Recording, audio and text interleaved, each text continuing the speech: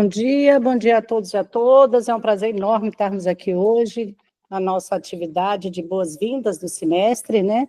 O semestre de 2025, primeiro semestre. E o PPGDH, como sempre, ele faz um processo de diálogo e as boas-vindas do semestre normalmente é voltado mais... Só um pouquinho. Deixa eu...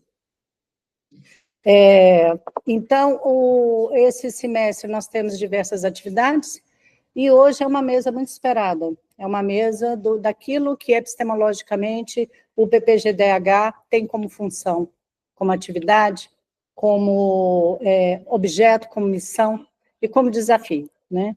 Então, a nossa mesa de hoje é para pensar os direitos humanos, pensar no sentido da epistemologia, pensar no sentido da teoria, pensar no sentido da ação, pensar no sentido dos desafios e das esperanças. Eu acho que o PPGDH nos ensina que, nos momentos de grande crise, a gente tem esperança. Eu acho que esse coletivo ele se reúne em torno dessa agendas de esperança.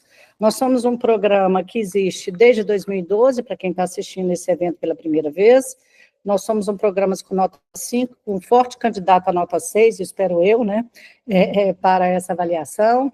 E nós somos um programa que tem 33 docentes, nós temos quase 200 alunos e temos mais de 180 egressos. Então, eu entendo que o PPG já tem uma história, já tem um lastro, e todos esses dados que eu estou dando são alguém que pensa em direitos humanos, está construindo direitos humanos. Hoje, nessa mesa, a gente tem a alegria de ter o professor José Geraldo, o professor Alexandre, professor Algamir, professor Wellington, professor Anderson, que deixou um vídeo para nós, a qual eu vou, daqui a pouquinho, passar. Eu gostaria simplesmente de comentar como é que vai ser a composição da nossa mesa, para vocês já poderem acompanhar. Primeiramente, a gente vai assistir o vídeo do professor Anderson, depois o professor José Geraldo vai falar, depois a professora Algamir, professor Alexandre e professor Wellington. Se sinta à vontade de participar pelo chat, trazendo as questões, trazendo as suas reflexões. Esse chat também é um chat também do diálogo, né? A gente está entendendo esse espaço como uma ágora. Eu acho que a beleza do PPGDH é que ele gosta de construir o conhecimento como se fosse uma grande ágora, e a partir disso, a gente vai dentro dessa sinergia, construindo esse conhecimento. Convido também a todos que nos assistem a conhecer as nossas produções. Nós temos já muitas coisas robustas do ponto de vista de dissertações e teses, que amanhã nós teremos uma mesa de 2 teses que já foram apresentadas aqui no programa, o caso da Maíra e do Mauro, e também a produção acadêmica dos nossos docentes, que é bastante robusta e bastante em diálogo, tanto com a historicidade dos direitos humanos, quanto com o momento contemporâneo e presente. Sendo assim, então, eu somente vou passar rapidamente, que vocês não conseguem ver quem está aqui, né? Para que todos possam saudá-los, dar um bom dia para vocês, e eu vou rodizear aqui a nossa câmera, eu peço que chegue até aqui, por favor, professor Alexandre. Quer dizer bom dia? Bom dia. Bom dia para todos, todas e todos. Tenhamos um excelente encontro. Professor José Geraldo. Bom dia. Uma beleza escolher um canal para ampliar o auditório. Sejam todos bem acolhidos. Vamos conversar sobre as nossas incertezas. Professor Algamir. Acho que fechou aí, né? Mas bom dia a todos e todas. É um prazer estar aqui com vocês. Vamos à nossa conversa. Wellington. Bom dia. Então, vamos assistir o vídeo do professor Anderson, neste momento. Então, eu vou transmitir aqui, nós temos eu gostaria nesse momento também... Aqui, eu vou sair para assistir melhor. Tá. Eu estou com necessidade, eu vou sair para assistir o vídeo. Tá? Obrigada, Anderson. Eu gostaria desse momento também eu quero esse aqui. De agradecer imensamente à comissão organizadora do evento, que está dando todo o aporte, todos os cards, todos os contatos, e pensando também a construção dessa agenda, né? Então, o PPG ele é um coletivo de docentes, discentes, egressos e participação externa. Vamos, então, ao vídeo do professor Anderson. Olá, pessoal. É, Primeiro, queria dar as boas-vindas a todas e todos vocês que chegam agora nessa nova etapa do ano, que enfim começa o ano de 2025. E queria agradecer a coordenação do programa, especialmente a professora Vanessa Castro, que me convidou para fazer essa fala e, infelizmente, não consigo estar com vocês para fazer essa fala presencialmente, né? Vanessa pedia para que a gente pudesse falar sobre os desafios, os futuros, né, dos direitos humanos, e imagino que os colegas, né, devam abordar temas variados que vão desde a ascensão da extrema-direita, a temas como os novos sujeitos dos direitos humanos, a influência agora, né, das inteligências artificiais no desafio da construção sobre as narrativas sobre política e direito, né? Eu queria falar um pouco a partir da minha própria perspectiva de abordagem dos direitos humanos, que tem a ver com a fundamentação dos direitos humanos a partir da filosofia, portanto, essas relações entre filosofias políticas e direitos humanos, para tentar pensar com vocês aquilo que eu entendo serem desafios centrais. São inúmeros, não acho que são muitos os desafios para o futuro, ou os futuros dos direitos humanos. Mas, para mim, o mais importante deles talvez seja o próprio presente, né? O presente é um problema para os direitos humanos e que nos deixa com um repertório muito limitado, porque a gente está vendo as coisas acontecerem e precisa tomar algumas decisões do ponto de vista da construção de categorias para tentar ler o presente. Isso talvez nunca tenha sido tão difícil, né? Os direitos humanos, embora atravessem perspectivas históricas, estão sempre comprometidas com questões do presente, né, para pensar o modo como as populações que precisam de proteção no presente, né, precisam demandar forças políticas, precisam demandar forças de articulação com o Estado, com as políticas públicas, etc., né? Só que o presente nos apresenta alguns problemas. O nosso atual presente, diferente do presente de meados do século passado, quando essa construção mais recente dos direitos humanos começa a ser delineada, né? Coloca para a gente uma série de desafios novos, né? A primeira, uma espécie de ausência de perspectivas, né? Um autor que foi muito importante na primeira metade na primeira década, na verdade, do século XXI, que foi o Mark Fisher, analisava a partir de uma discussão que foi feita pelo Zizek e pelo Jameson, a ideia de que o capitalismo se apresentou para nós como a última etapa da construção da história, né? E com a ideia de que talvez não haja futuros, utilizando uma expressão é, da Margaret Thatcher, em que haja alternativas ao capitalismo, né? O capitalismo neoliberal, tal como a gente conhece, com essas forças de exploração e expropriação, se colocam para nós, né, como uma espécie de última palavra da história, para pensar naquela expressão já do Fukuyama no final do século passado, né? Então, isso se coloca para nós numa ideia muito intensa de que talvez seja mais fácil imaginar o fim do mundo do que o fim do capitalismo, e isso tem tomado formas muito concretas do ponto de vista das crises climáticas e das relações políticas com as instâncias internacionais.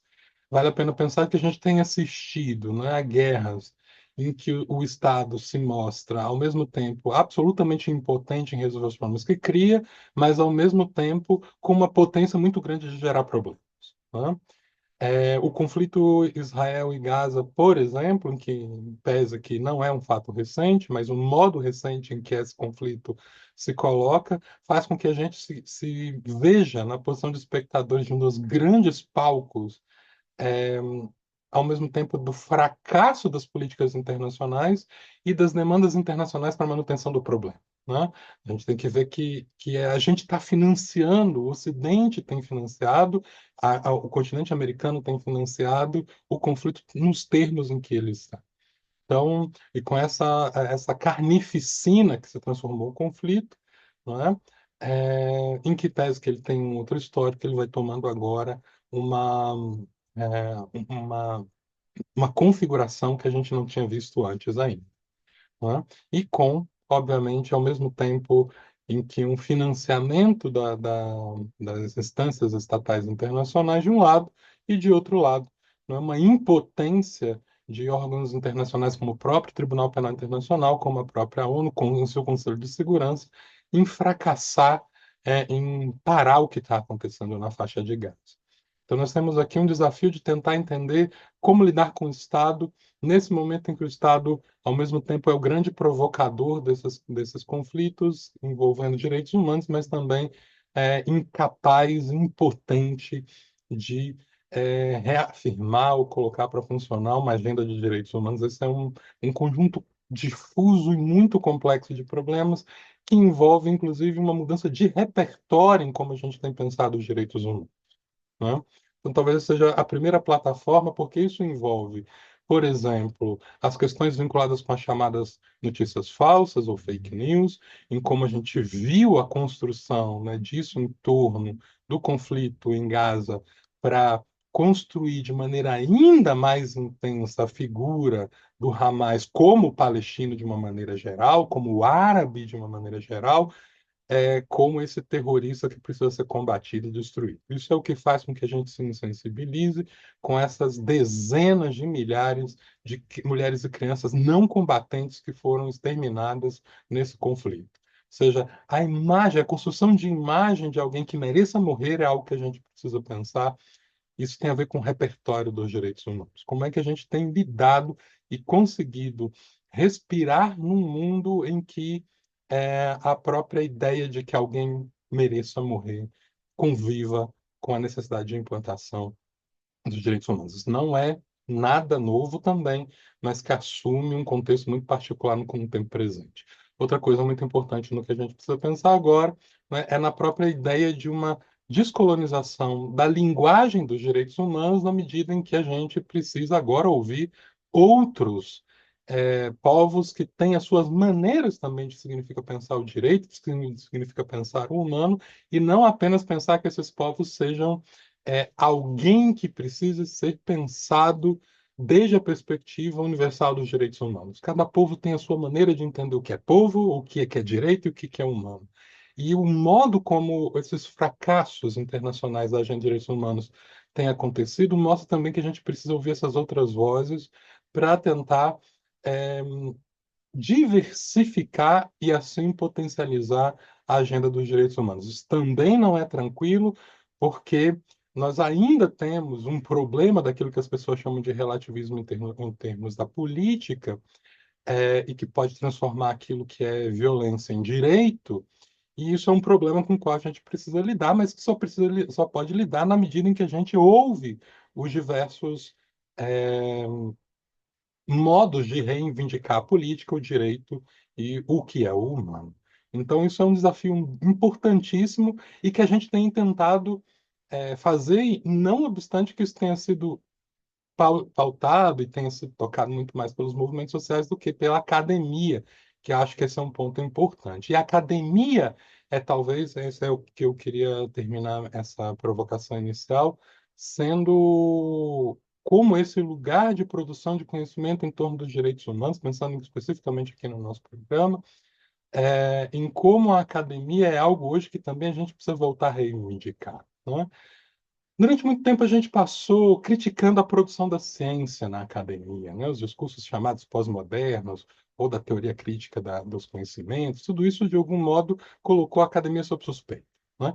Só que isso valia de uma maneira restrita no momento em que a gente estava pensando no âmbito, digamos, plural do debate do conhecimento. Hoje a gente está no negacionismo da própria ciência e a academia virou alvo, né? E aí mesmo os discursos hegemônicos com os quais a gente podia negociar, com os quais a gente podia sentar numa mesa de debate crítico, acabam também ficando sob o ataque. A universidade, a pluralidade do discurso hoje está em ataque. Isso é um projeto global, não tem acontecido só aqui. A UNB tem visto isso acontecer de maneira muito intensa, ataques, né, da extrema-direita, o fascismo, esses novos fascismos, que têm atacado as nossas maneiras de produzir conhecimento, a pluralidade de sujeitos, as populações negras, periféricas, LGBTQIA+, indígenas, quilombolas, pessoas vindas do campo e da floresta, que têm conhecimentos tradicionais, né? Tudo isso tem sido atacado de uma maneira muito importante num projeto global que atinge o Brasil de maneira muito particular, né? E isso tem data. Quando a gente olha na história, né, recente da academia, é, com a entrada, né, das pessoas é, marginais, muito entre aspas, na universidade através do sistema de cotas. No primeiro momento, a UNB em 2003, com a primeira turma em 2004, e depois em 2012, com o projeto, com a Lei Federal de Cotas, a gente pluraliza a quantidade de sujeitos. E, curiosamente, nesse momento, começa também a surgir um conjunto de discursos que desvalorizam a universidade, inclusive alguns deles chamando a atenção que a universidade não é mais o lugar de produção do conhecimento.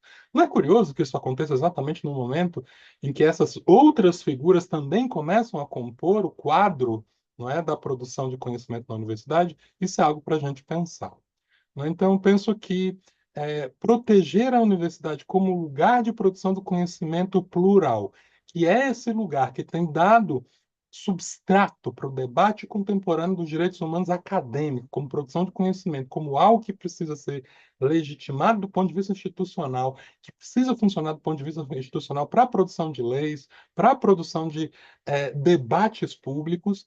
E não que eu ache que a universidade seja o lugar privilegiado ou o único lugar, mas ele é um lugar importante que a gente tem que proteger na medida em que ele tem sido atacado, sobretudo com uma reivindicação de uma nova imagem de democracia que significa silenciar algumas posições, né?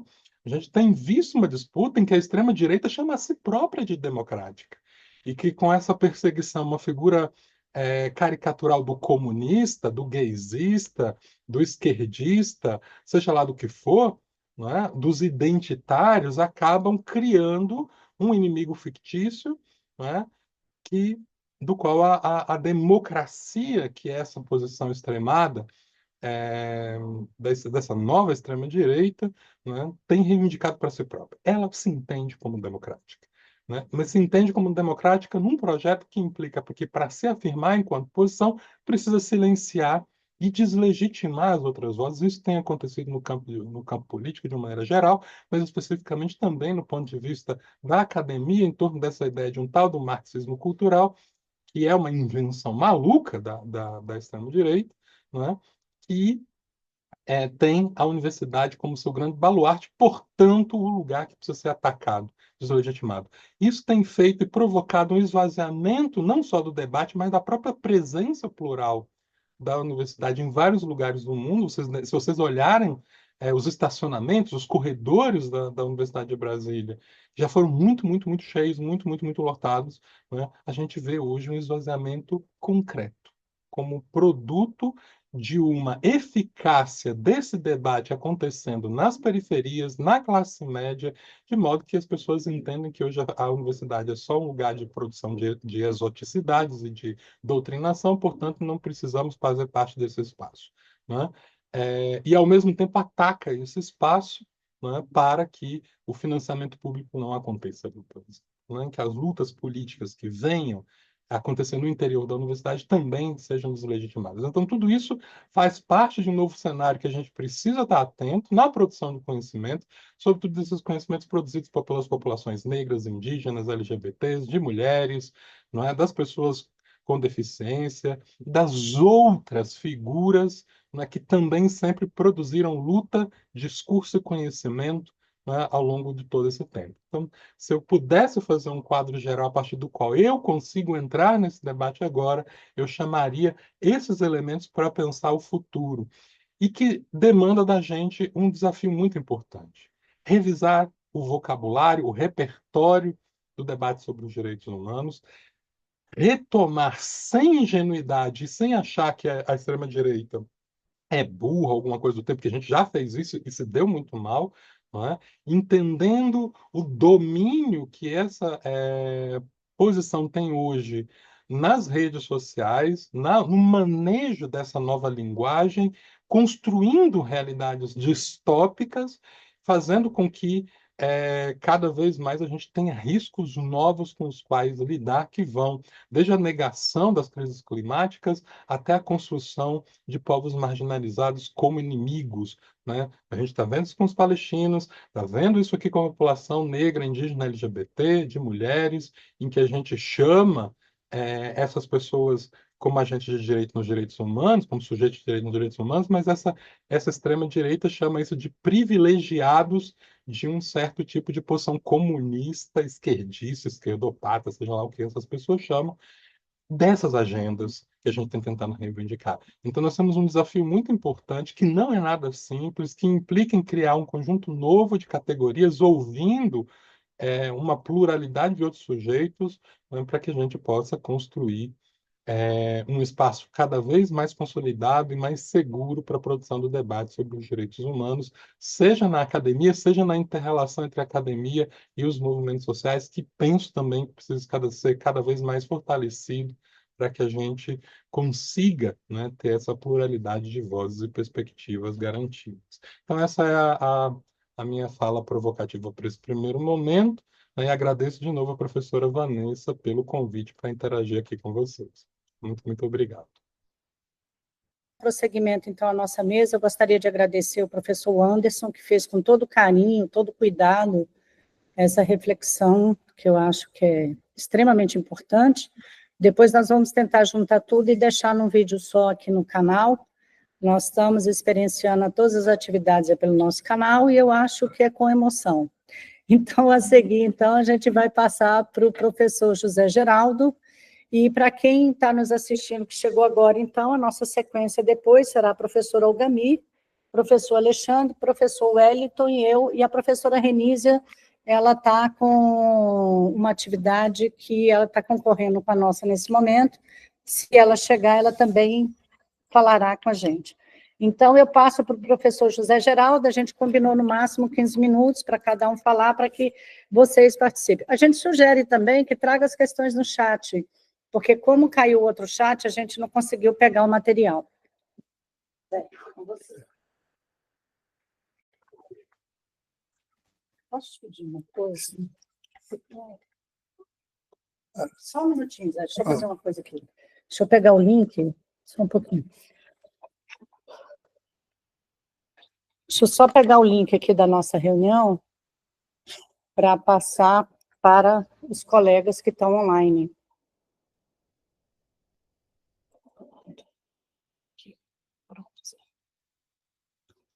Agora está com você. Bem, bom dia. Prosseguindo, né? Mas antes, cumprimentando a professora Vanessa Castro, nossa coordenadora, e todo o coletivo que forma este programa, que está aqui reunido, presencial ou virtualmente, por essa sessão de abertura de semestre. Na sessão de hoje, sobre um tema bastante instigante, que penso deva ser o fio condutor da própria continuidade do nosso percurso universitário, né? O inconformismo da razão.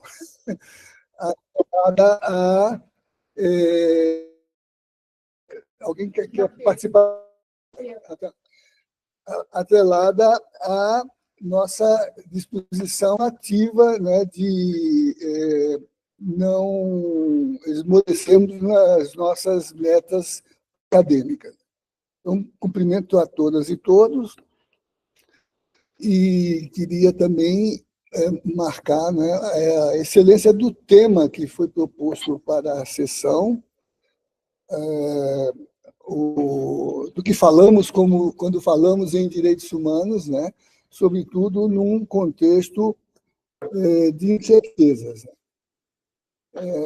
Eu subscrevo tudo o que disse o professor Wan, muito boa abertura que ele faz, né? E os desafios que ele lança do ponto de vista daquilo que nos mobiliza enquanto, ele disse, academia, né? Mas também enquanto o nosso compromisso social, né? Porque nós estamos inseridos na realidade e, portanto, essa espacialidade não é compartimentada, né? Penso que ele até construiu a ideia, né, da nossa condição de percurso entre o que somos, o que fomos e o que devemos ser, né? Aliás, pensando bem, demarcando por contexto de temporalidade, né? Por exemplo, o moderno em relação ao antigo, do que no moderno existe que vem de antes como pré-moderno, a universidade é uma dessas estruturas, né? Tanto no Ocidente e mais ainda no Oriente, em que ela é, inclusive, mais antiga, né? Me chamou a atenção, Alexandre, lá em Palos de la Fronteira, né? Onde Colombo armou a expedição para a aventura da descoberta, né? Tem o Museu das Caravelas. As réplicas das caravelas, mas também adereços do próprio Colombo, né? Tinha uma estante de livros, que eram os livros que Colombo lia. Então, lá a gente via os tomos de Aristóteles, mas também de Avicenas, de Averroes, de Alfarabi, né? Mostrando, né, que o desvendar do futuro, né, não segmenta a condição do acumulado do conhecimento, nem por referências de cultura, é um diálogo entre culturas, né, nem por referências dogmáticas, né, a condição da tolerância sobre o que é um saber que oriente a nossa capacidade de caminhar, de navegar, né? Para navegar não basta bom equipamento, né? Se não tiver vento bom, né? Mas o mais importante é saber para que porto vai, né? Então, eu acho que a fala do Wan, né, é muito importante, porque nos traz essa perspectiva de saber lidar com as incertezas e reivindicar na condição de trabalhar, né, a continuidade do ponto de vista de poder estabelecer o diálogo entre modos de conhecer, entre formas de conhecimento, né? Sem garantia, mas com a convicção, né, de que somente nesse processo nós nos colocamos em condição de ter continuidade, né? Brecht coloca na boca de Galileu, no Galileu Galilei, a frase de que a verdade é filha do tempo e não da autoridade, né?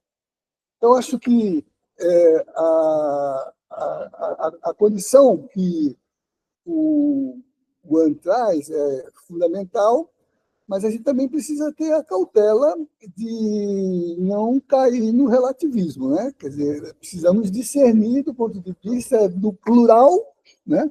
Mas com um horizonte de que, ao discutir o que fazemos, do que falamos, sobre o que falamos, representa estabelecer um acordo convincente sobre aquilo que ele chamou de estruturação de uma linguagem desse próprio conhecimento, né?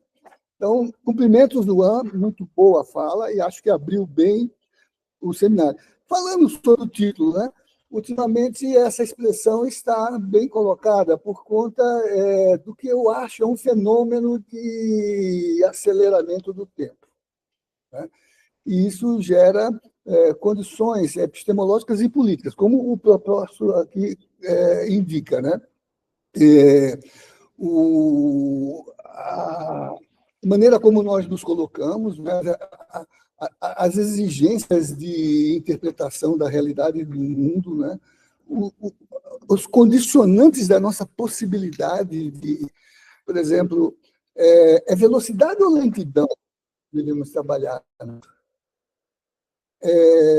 O instantâneo, a comunicação. Veja a angústia da Vanessa aqui lidando com o equipamento para que um outro modo de ligação entre nós se estabeleça, e aquilo que ele dizia do perigo do esvaziamento, né? Então, há uma frase do Hegel que é fascinante, porque ele abre um livro dele com uma nota manuscrita. Pode continuar falando. Que ele diz que viu o espírito do tempo a cavalo.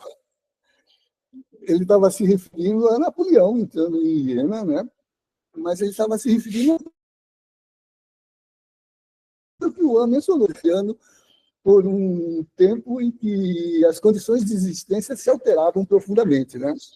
Eu acho, Juan, que o capitalismo não é o fim dos tempos, porque o capitalismo é conjuntural, mas a produção do capital é uma questão que ultrapassa o tempo, né? Porque ele existe antes do capitalismo e vai existir depois do capitalismo. E como é que nós nos colocamos do ponto de vista do que acumulamos e distribuímos, né? E isso não é uma questão só política, é também uma questão filosófica, né? Por isso que eu acho uma bobagem discutir se a China é ou não capitalista. Porque o modelo de construção, né, da distribuição e da produção não é equivalente ao que o capitalismo faz como acumulação privatizante, né? Desculpa estar falando isso perto de uma comunista aqui, mas